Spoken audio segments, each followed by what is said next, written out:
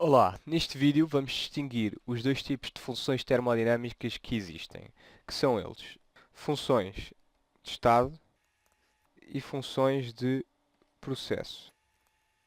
Às funções de processo também chamamos funções de caminho.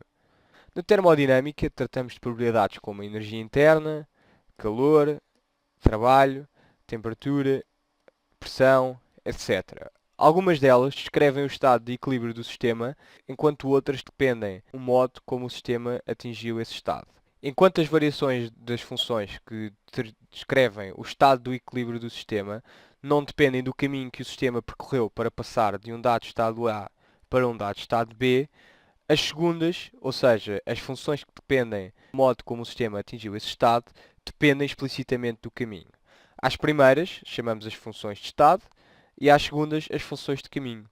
O à vontade com estes conceitos é bastante importante para um perfeito entendimento da derivação da termodinâmica, assim como nos vai permitir ter uma muito maior facilidade em compreender e manusear equações de sistemas termodinâmicos. Consideremos um exemplo. Temos um determinado gás num recipiente com um pistão de massa M e o recipiente está trancado. E o gás tem uma energia interna U1. O que acontece se soltarmos o cadeado? Assumindo que o pistão está fora, que o sistema está fora do equilíbrio, assim que tirarmos o cadeado, o sistema vai, o gás vai realizar um trabalho sobre o pistão e vai ficar com uma energia interna U2 final. Não sabemos nem a temperatura, nem o volume, nem a pressão do gás, mas sabemos que ele realizou um dado trabalho. Se agora considerarmos o mesmo gás com temperatura, pressão e volume novamente desconhecidos, mas com a mesma energia interna U1, desta vez num recipiente que não tem paredes móveis, mas que as paredes não são isoladas, temos que o gás irá fornecer um calor Q à vizinhança, de forma a que a sua energia interna final seja U2.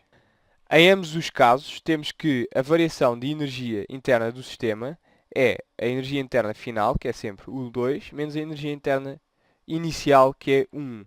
Ou seja, concluímos que a variação de energia interna é igual nas duas transformações, embora o sistema tenha percorrido o caminho de maneira completamente distinta. Pelo contrário, sabendo o estado do sistema, não nos é possível determinar o calor ou o trabalho, pois estes definem o modo como a energia interna passou de U2 para U1. No primeiro caso, nem sequer temos calor, no segundo caso, não temos trabalho. Assim, vemos que a energia interna é uma função de estado, só depende do estado inicial e do estado final, e o trabalho e o calor são funções de processo ou funções de caminho. Mas o que é que isto significa? Significa que existem propriedades que definem estados, isto é, propriedades que são independentes do gás ter recebido calor, depois realizado trabalho, depois de ter sido arrefecido, etc. Ou seja, são propriedades que são independentes da forma como o sistema passou de um dado estado A para um estado B. Se eu for por outro caminho, aqui a desenhar esquematicamente com outra seta, uma seta com outra direção, temos exatamente a mesma variação da propriedade. Exemplos de funções de estado: temperatura, pressão, volume, energia interna e massa. Iremos utilizar para estas funções, nos casos infinitesimais, a notação dx, como já tínhamos visto. No que toca às funções de processo, temos como exemplos o calor e o trabalho, e vamos usar delta y para as variações infinitesimais. E é por isto que na primeira lei escrevemos que du é igual a dq menos dw. Porque a energia interna é uma função de estado, tem uma variação infinitesimal. Já o calor e o trabalho são funções de caminho, portanto têm um delta para indicar a variação infinitesimal. Consideremos uma função de estado que depende de duas funções de caminho.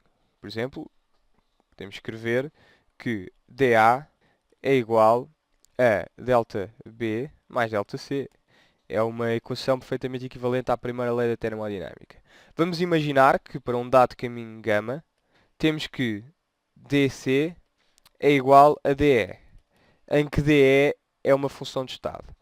Podemos então escrever para o caminho gama que dA, isto é válido apenas para o caminho gama, é igual a dB mais dE. Não é?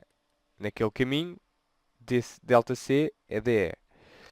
Neste caso, temos então que ΔB é igual a dA menos dE. Ou seja, ΔB para o caminho gama depende apenas de variáveis de estado, pelo que tem que existir uma variável de estado, tal que isto é igual a um dF. Assim, ficamos com a equação na forma dA é igual a dF mais dE, no caminho gama. Mas a nossa equação depende apenas de variáveis de estado. A, F e E são funções de estado. Portanto, é uma equação independente do caminho. Portanto, na verdade, temos que dA é igual a dF mais dE. Vemos assim que a equação dA igual a dF mais dE é uma equação que é sempre válida, apesar de ΔC apenas ser igual a DE no caminho gama e ΔB apenas ser igual a DF no caminho gama. Este resultado é um resultado que vai nos ser bastante útil no cálculo da entropia, que, como vamos ver, é uma função de estado.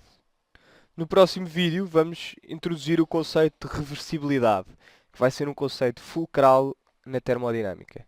Até à próxima.